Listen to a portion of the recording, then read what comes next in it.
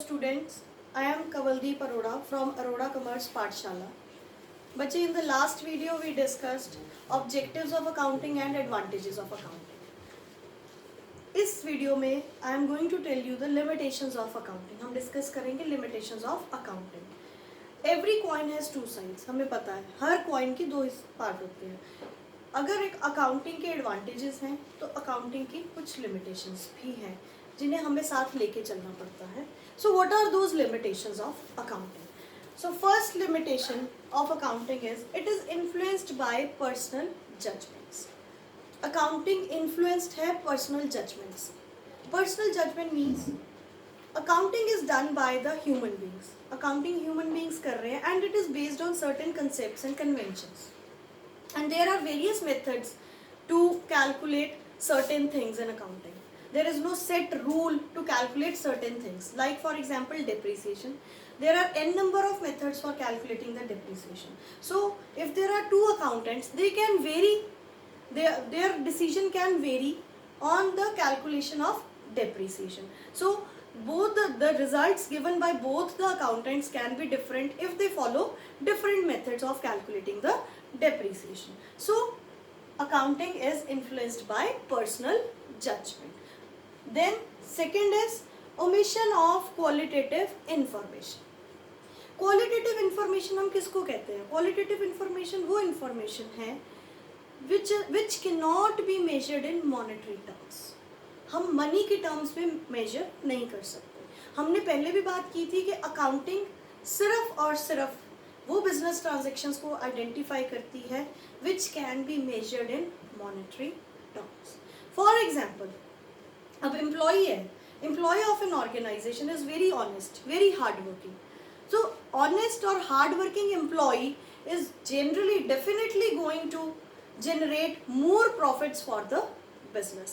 But since his honesty and his hard work cannot be measured in money terms, so we will not be showing the honesty and hard work of the employee in the books of accounts. So omission of qualitative information जितनी भी मर्जी important है, but because it cannot be measured in money terms, so we will not be showing it. Then ignores the effect of price level changes. अब accounting में एक concept हम पढ़ेंगे आगे जिसे हम कहते हैं कॉस्ट कंसेप्ट. हम जितने भी फिक्स्ड एसेट्स एक्वायर कर रहे हैं we show them at cost. हम उन्हें कॉस्ट पे शो करते हैं.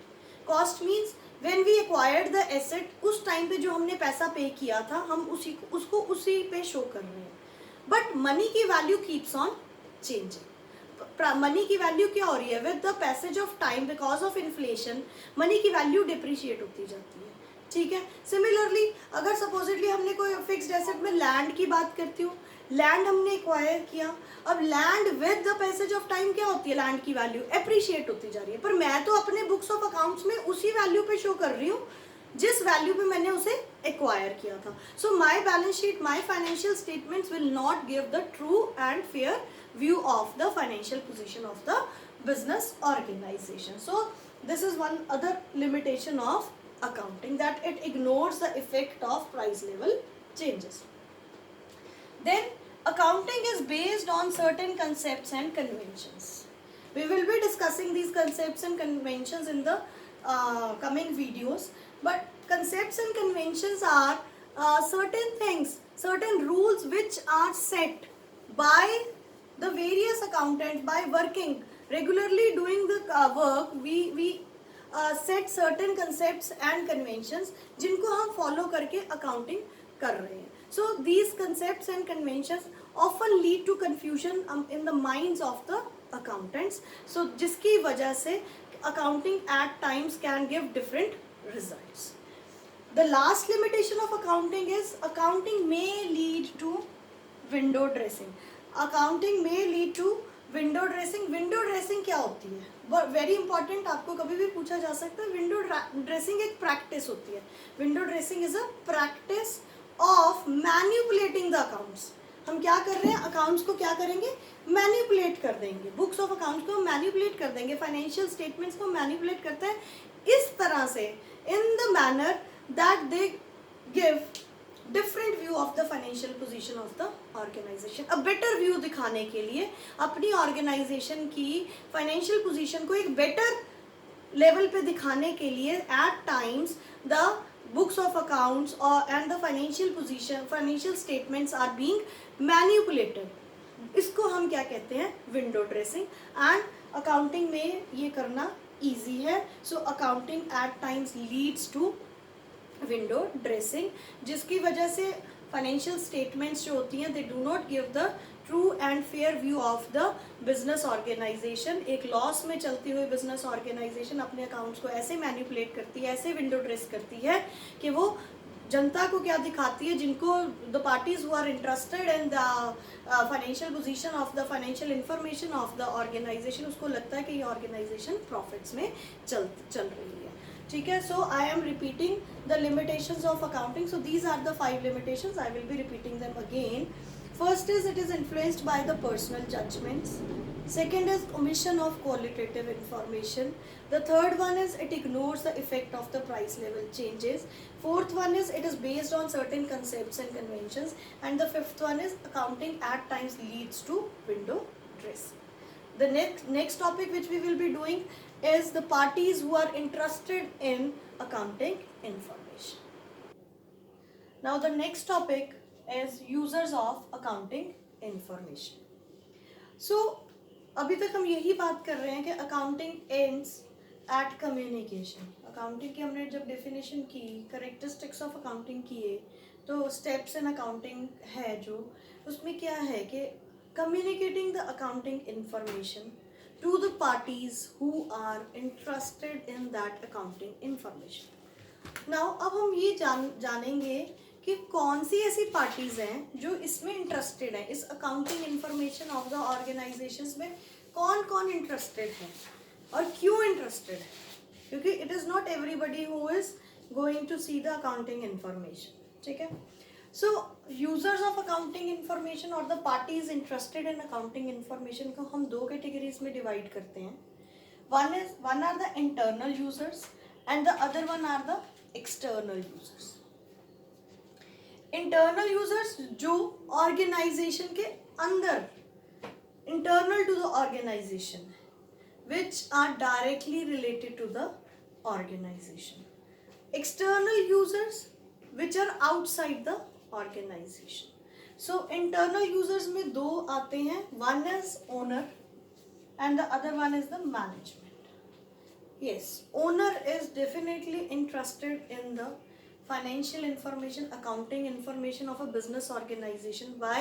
Because he is the one who has contributed to the capital to the business. इसने पैसा लगाया है ओनर ने, तभी बिजनेस स्टार्ट हुआ है, तो वो जानना चाहेगा कि जो उसने पैसा लगाया है उस पे उसको प्रॉफिट अर्न हो रहा है, उसकी फाइनेंशियल पोजीशन क्या है, अगर लॉसेस हैं तो क्यों हो रहे हैं, तो everything he would like to no.